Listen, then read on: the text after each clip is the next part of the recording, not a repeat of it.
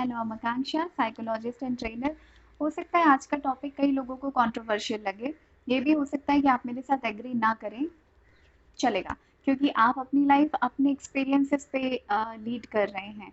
और ये जो आज का टॉपिक है ये मेरी लाइफ के एक्सपीरियंस के ऊपर बेस्ड है और मुझे लगता है बहुत सारे लोगों के ऊपर ये सही साबित हुआ है। सो टॉपिक है कि डू नॉट गिव योर 100%।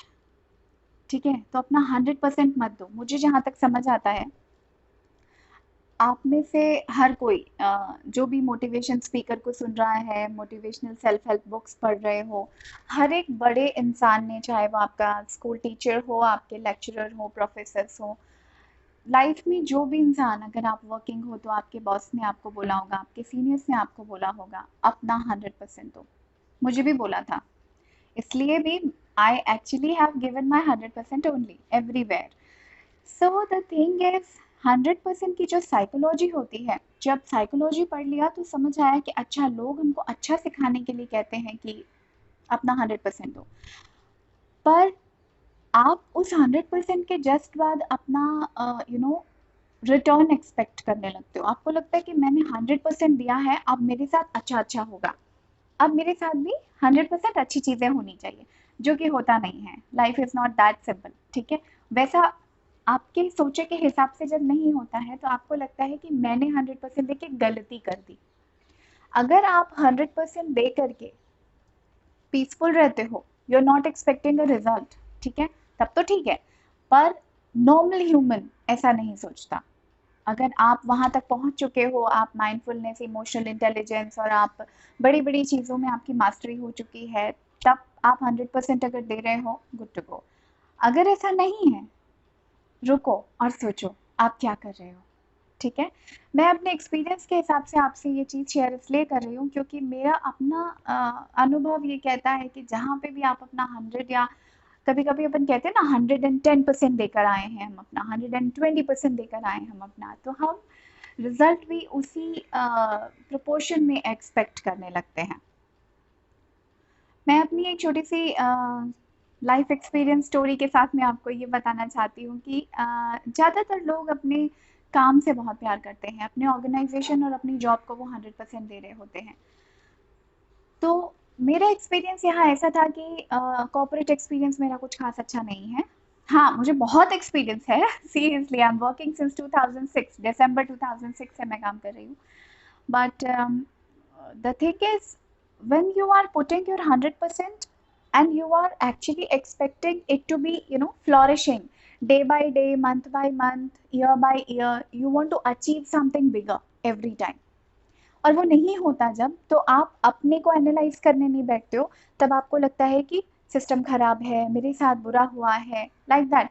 तो वो 100% जो आपको पुल बैक कर लेता है, वो आपके लिए खराब है।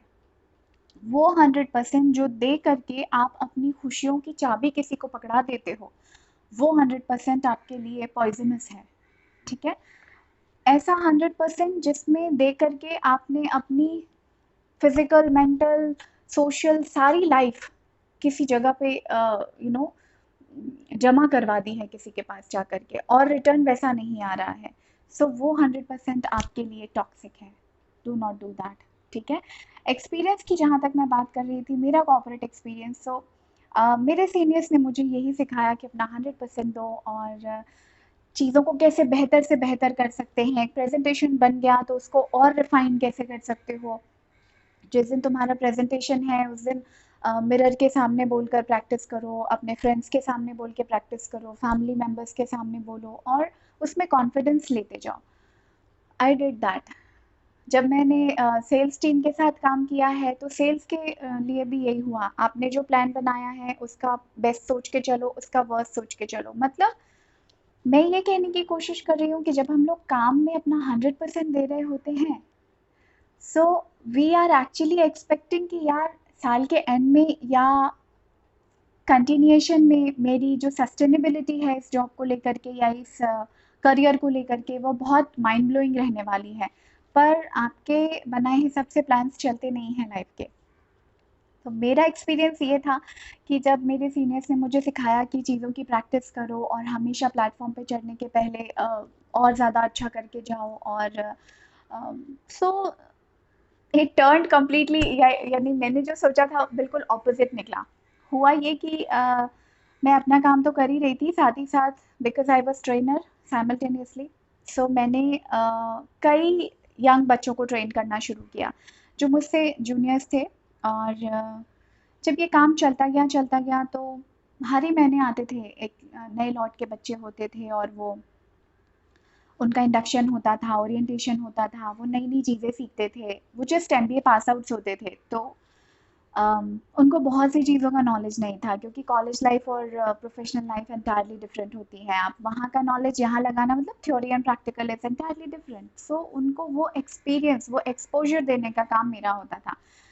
सो बहुत लंबे में नहीं जाते, just to be very short in this story, हुआ ये कि एट द लास्ट जब मेरे वहाँ पे 3-4 साल पूरे हो चुके थे, एंड ऑफ कोर्स मैं अपने करियर ग्राफ में बहुत अच्छी चल रही थी, पर लोगों को सामने से फिर ये समझ आया कि शायद पकड़ बहुत ज़्यादा स्ट्रॉन्ग होती जा रही है, या बहुत ज़्यादा समझ में आ गया है जो प्रोफेशन का एसेंस होता है, तो शायद ऐसा एक पर्सन आपके लिए एक थ्रेट हो सकता है।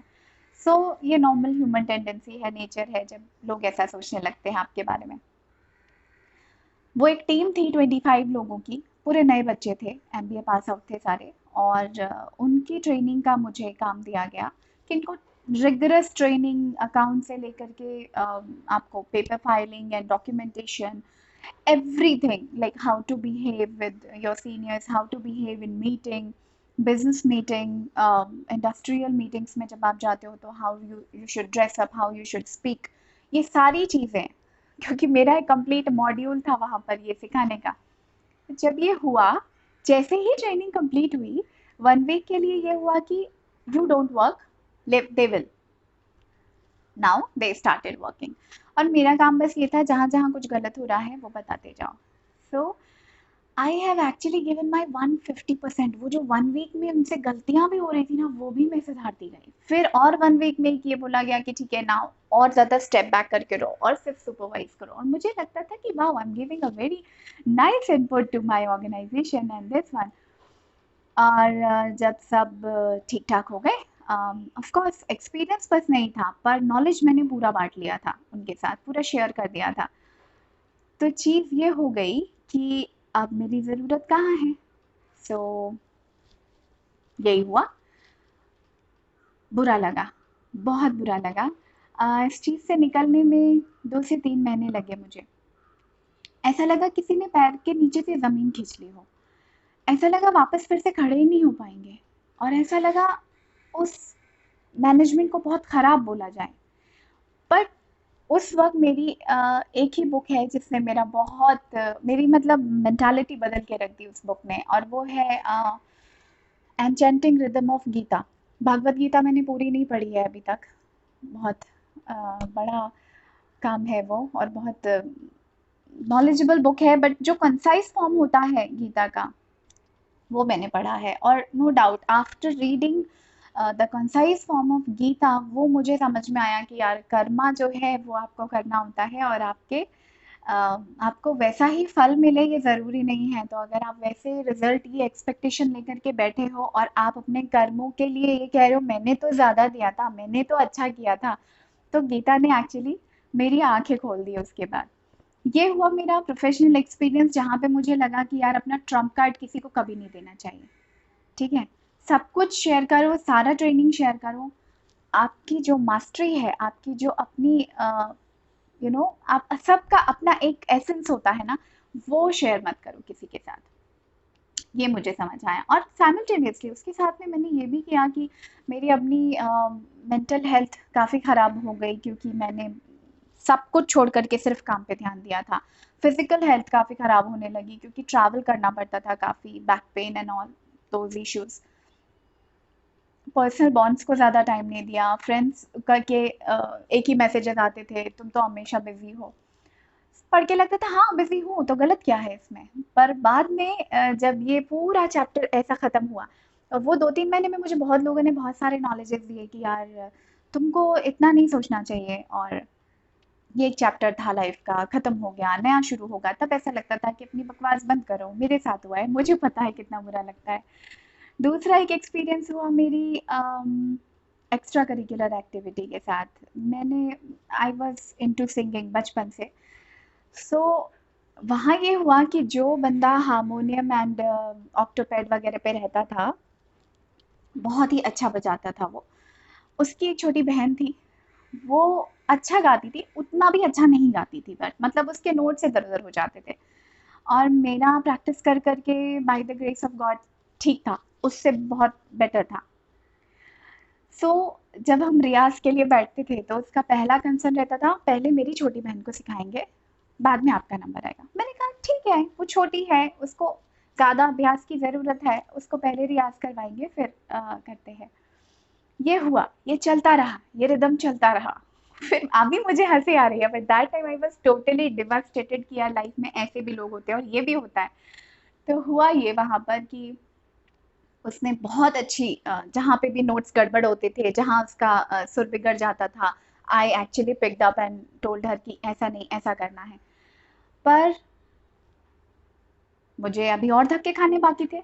तो हुआ ये कि जब स्टेज परफॉर्मेंस था, तो पहले उसने परफॉर्मेंस के लिए अपनी बहन का नाम पहले रखवा लिया। बहन के साथ उसने बहुत अच्छे से सारा कुछ किया और जो इंस्ट्रूमेंट वगैरह थे सारा उसको सपोर्ट दिया। और जब दोनों का परफॉर्मेंस हो गया, उसके जस्ट बाद मेरा परफॉर्मेंस था एंड मेरा नाम स्टेज पे बुलाया जा रहा है बार बार, now we are presenting Akanksha, now we are presenting Akanksha, and Akanksha is shivering. Why? क्योंकि जो मेरे साथ इंस्ट्रूमेंट पे रहने वाला बंदा था वो चला गया, वो अपनी बहन और अपने सारे इंस्ट्रूमेंट लेकर चला गया, so that my performance will be 50% like incomplete और मेरा नंबर ही ना लगे। मुझे आखिर तक समझ नहीं आया, मुझे लगता था वो भाई बहन का डुओ बहुत अच्छा है, मतलब काफ़ी अच्छे हैं। मुझे ऐसा लगता है म्यूज़िक वाले जो लोग होते हैं वो बहुत डेडिकेटेड होते हैं यार, 100% देते हैं अपना। तो मैंने दिया था 100%, इनफैक्ट उसकी बहन के लिए भी सिखाया था, वो भी 100% था, बट आउटपुट नहीं मिला। सेम हैपेंड विद रिलेशनशिप्स, जहाँ पे सब कुछ साइड रख के एक बंदे के पीछे सोचोगे, एक बॉन्ड के ऊपर सोचते रहोगे, आपकी एक्सपेक्टेशन अपने आप बढ़ जाएगी। आप लाख बोलते रहो कि मुझे एक्सपेक्टेशन नहीं है, बढ़ जाती है। और जब मतलब मेरा पर्सनल एक्सपीरियंस है जहाँ पे मैंने अपना 110% दिया, मुझे 20% भी वापस नहीं मिलता है। So what is the solution? The solution is, there is a percentage जो मैंने अपने लिए डिसाइड करके रखे हैं, वो मैं आपके साथ बता रही हूँ। अगर आप जॉब की बात करते हो, कंपनी ऑर्गेनाइजेशन की बात करते हो, तो अपना 90% दो। अपना ट्रम्प कार्ड किसी को कभी भी मत दो। अपने कंपनी के साथ साथ अपने आप से प्यार करो, अपने आप को वक्त दो, अपने आप से आपको self compassion, self care, hobbies, आपकी फैमिली, आपके फ्रेंड्स, हैंग आउट, इसके लिए आपको टाइम देना ही पड़ेगा। अगर आप वो नहीं कर रहे हो तो वो ये 90% जो आप इधर देना चाहते हो वो भी नहीं दे पाओगे। आपको लग रहा है कि आप टाइम दे रहे हो। Job is not about giving time, job is about giving your productivity, right? So productivity तभी मिलती है जब आप अंदर से खुश रहते हो। अंदर से खुश आप सिर्फ काम से नहीं हो सकते हो, आपको और भी चीज़ें चाहिए लाइफ में, लाइक आपकी मेंटल हेल्थ, फिजिकल हेल्थ, आपके अपने लोग, आपका यू नो जो भी आपकी पसंद की चीज़ें हैं, आपकी हॉबीज़, म्यूज़िक, क्राफ्ट, एनीथिंग, ठीक है? दूसरी चीज़ होती है आपके इस तरह के बॉन्ड्स या कनेक्शंस जो आपके नेबर्स, कलीग्स और ऐसे लोग जिनसे आपका बहुत ज़्यादा लेना देना नहीं है, उनको कितना देना चाहिए? So again give them 85 to 90%, job को 90%, कलीग्स एंड ये वाला जो आपका बॉन्ड्स है उनको 85 टू 90% जितना डिजर्व करते हैं, और जितना आपको लगता है कि आप उनके साथ उतना देने में अपना जो आपका अपना परसेंटेज है वो आप नहीं दे रहे हो, या वो आप कॉम्प्रोमाइज़ नहीं कर रहे हो, वहाँ तक ही आपको देना चाहिए। तीसरी चीज़ होती है आपका आपके रिलेटिव्स के साथ में रिलेशंस। रिलेटिव को भी आपको 90% ही देना चाहिए, क्योंकि अगर आपने कहीं भी, होता है ना, उसके आने पे मैंने इतनी चीज़ें बनाई, मेरे जाने पे उसने मुझे पूछा भी नहीं, ये होता है, राइट? मुझे इनवाइट नहीं किया, या फिर आपन गए तो उतना वार्म वेलकम नहीं हमको महसूस हुआ। तो ये थॉट्स तब आते हैं जब आपने आपका बहुत ज़्यादा दे चुका है, लाइक 100% से ज़्यादा दे दिया है, तो आप सोचते हो मुझे सेम मिलने वाला है, पर ऐसा ज़रूरी नहीं है। हर बंदे की अपनी मेंटालिटी है, अपनी एक्सपीरियंस है, अपनी सोच है। आपको वो फॉलो करेगा ये ज़रूरी नहीं है, तो आप उतना ही दो जितना रिटर्न पे मिले तो आपको तकलीफ ना हो। तीसरी चीज़ होती है अपने स्पाउस को कितना देना है। सो हाँ, स्पाउस को you have to give 95% your life partner. उनसे ट्राई करो कि आपका बॉन्ड फ्रेंडशिप जैसा हो, तो बहुत ही ज़्यादा अच्छा है, क्योंकि वो 95% फिर आप काउंट नहीं करते हो और आपको एक्चुअली रिटर्न भी उतना ही प्यारा मिलता है। बात करते हैं बच्चों की। बच्चे अगर छोटे हैं, टॉडलर है, बहुत छोटे बच्चे जो आपके ऊपर ही डिपेंडेंट है, देन गिव 99%, 98 99%, ठीक है। बट अगर बच्चे थोड़ा भी खुद से काम करने के लायक हो चुके हैं, so give them 95%, not more than that. अपना टाइम वहाँ पे फिर भी रखना है आपको, आपका अपना काम, आपकी अपनी सेल्फ केयर, आपका अपना योगा टाइम, आपका अपना मी टाइम, बुक्स पढ़ने का टाइम, आपकी अपनी कोई सीरीज मूवीज, आपके फ्रेंड्स के साथ में चिट चैट का टाइम निकालो आप। 5% आप अपने लिए स्पेयर करके आपको रखने की ज़रूरत है, तब आप बच्चे को जो 95 दे रहे हो ना वो प्रोडक्टिव होगा, नहीं तो वो लेथार्जिक हो जाता है। अगली चीज़ होती है अपनी हेल्थ को कितना देना है। वहाँ भी 90 देना है क्या? नहीं। आपकी हेल्थ, चाहे वो फिजिकल हेल्थ हो, मेंटल हेल्थ हो, 100% देने की ज़रूरत है। अपनी सेल्फ केयर को 100% देने की ज़रूरत है। अपने मेंटल पीस को 100% देने की ज़रूरत है, क्योंकि वहाँ आप जो दोगे वही आपको वापस मिलेगा, गारंटीड। ठीक है ना। एक बंदा रोज वॉक करता है, फिर भी वो सुबह उठ करके मतलब ये बोले कि मुझे फ्रेश फील नहीं होता, I don't agree with that, there is a problem, then check with your doctor. ठीक है। अगर आपकी हैबिट सही है, अगर आप फिजिकल और मेंटल हेल्थ को बहुत अच्छा टाइम देते हो, आई मस्ट टेल यू, आप बहुत अच्छा कर रहे हो अपनी लाइफ में, क्योंकि वहां से जो ROI मिलने वाला है, रिटर्न ऑफ इन्वेस्टमेंट, वो सही मिलने वाला है आपको। ठीक है। सो उतना ही दो जिसमें आप अपने आप को ड्रेन ना कर दो, अपने आप को सप्रेस ना कर दो, अपने आप को उन चीज़ों के साथ हुक ना कर दो। जब आप ऐसी चीज़ों में, आपके जॉब में, कंपनीज में, ऐसे लोगों से जिनको आप फालतू में प्लीज करने के लिए उनके पीछे पीछे चलते जा रहे हो, तो आपको ये बाद में एट द एंड आपको ये महसूस होता है, आप ड्रेन्ड महसूस करते हो, आपको लगता है बहुत ज़्यादा दे दिया, इतने की ज़रूरत नहीं थी, क्योंकि वापस तो कुछ हुआ नहीं, वापस तो कुछ मिला नहीं। So don't do that. ठीक है। So I still sustain with my line, don't give your 100% until unless this is about your own health or your own happiness। सिर्फ आपकी अपनी खुशी और आपकी अपनी मेंटल हेल्थ, मेंटल पीस को आपको 100% देना है, और किसी को भी नहीं। ठीक है। प्रैक्टिस दैट, और बताइएगा मुझे कमेंट में अगर आप मुझसे डिसएग्री करते हैं। Will have a good discussion over that. Okay, thank you, bye bye.